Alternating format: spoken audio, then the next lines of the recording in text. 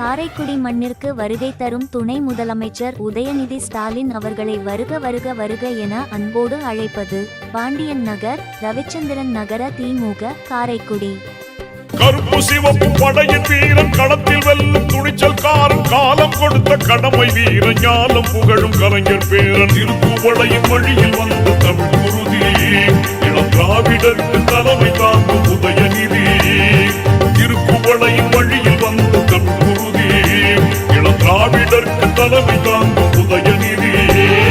கருப்பு சிவப்பு படையின் வீரன் களத்தில் வெல்லும் துணிச்சல்காரன், காலம் கொடுத்த கடமை வீரன், ஞானம் புகழும் கலைஞர் பேரன், லட்சிய தமிழனே, இன்னல் துடைப்பவனே, ஏழைகள் துயரங்கள் போக்க துடிப்பவனே.